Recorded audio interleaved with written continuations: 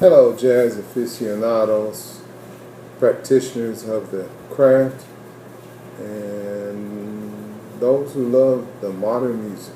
That's what Charlie Parker called it. This is still day two. Let me see what time it is.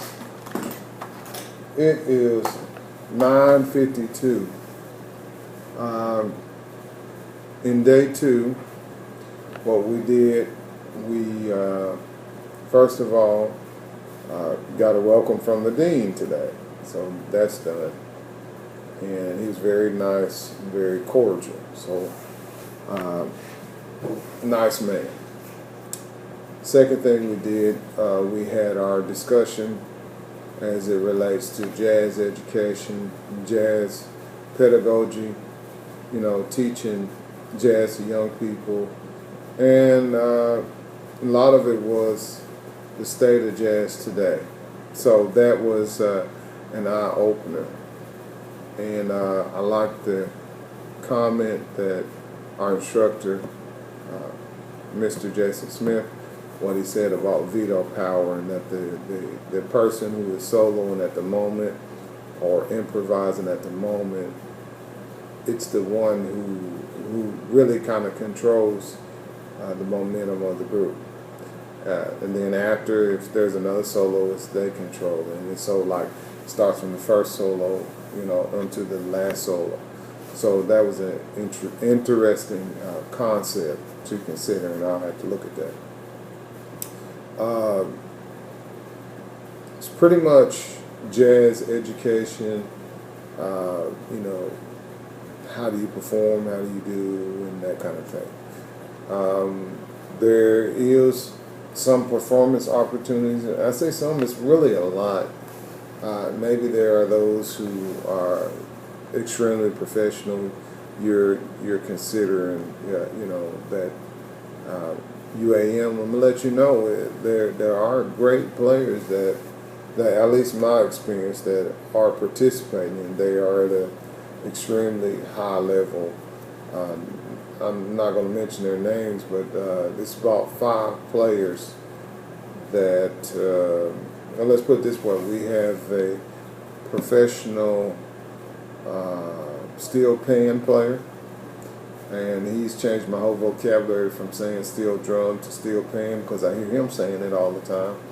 So steel pan, and he's a virtuoso, and I'm not exaggerating. By the way, I got a chance to play with him, and he's just really, really good.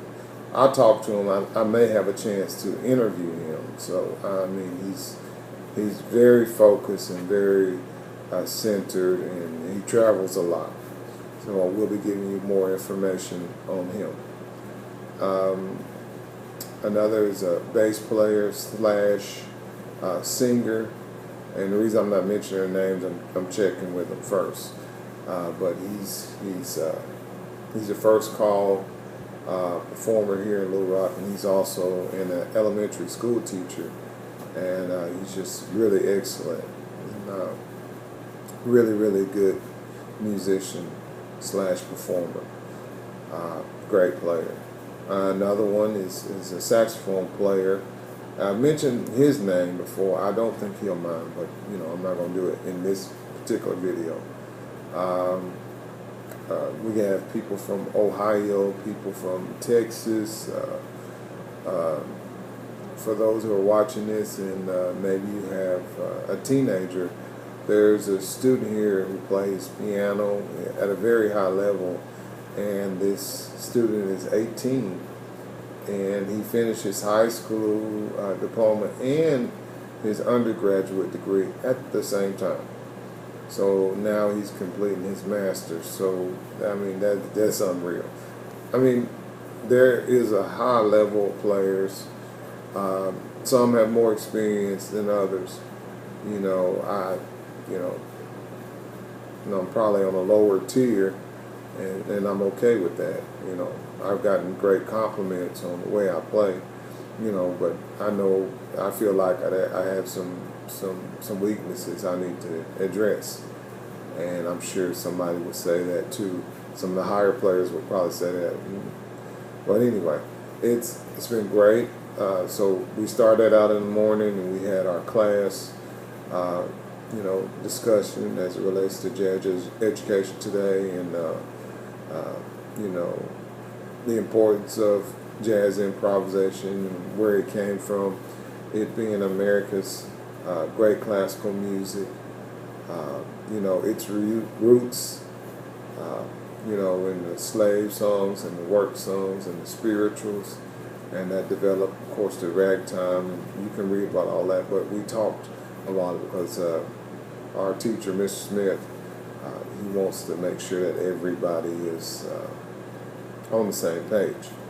So that's always very interesting, and it's good to talk about what's going on today and how we can reach our students. And there's a lot of conversation about how to keep our programs or start programs, because some of us who are band directors and educators may not have a jazz band, or they may not have a jazz group, and so we kind of threw around ideas, and it's going to continue tomorrow. You have classes in the morning, and then starting at the afternoon, we did the big band. I decided, because of the amount of people playing, I decided to play trombone, and it was a difficult decision. I think what I'm going to do, I'm going to work on my reading skills a lot more, because it was at a very high level. I'm talking about on saxophone. I'm going to work on my reading skills. I can read. I'm pretty good at that, but I feel like it was a great decision because we don't have that many trombones. So I'm playing trombone, kind of filling the gap, helping out, but then at the same time, it's helping me to read the charts. We're reading charts down. It's not perfect. There's one chart in particular that was really difficult for me. Went through a lot of key changes and whatnot, and a lot of the things that I saw was kind of difficult to counter. So we did that, and then I had my combo practice, and I suggested a song, Con Alma, and I wrote a little part for. I'm going to play flute on that one. And some people were enthusiastic, others were not. And so, we're just trying to flesh out what we're going to do. Those who don't know, I'm in group B. There's an A group, there's a B group, and then there's a C group. And understand that those letters doesn't necessarily mean better than. It's not saying you're an A player, you're a B player, you're a C player. It did so happen that those who tend to be more seasoned are in the A group. So that just happened like that. So it's an exciting thing to see and work with professionals. Great networking thing. I'm networking with people, from all over. We're going to continue this. This is kind of documenting what I'm doing here and its effectiveness. So I'm going to stop it there because I'm trying not to go over it, and we'll pick it back up later. See you later. Have a good day.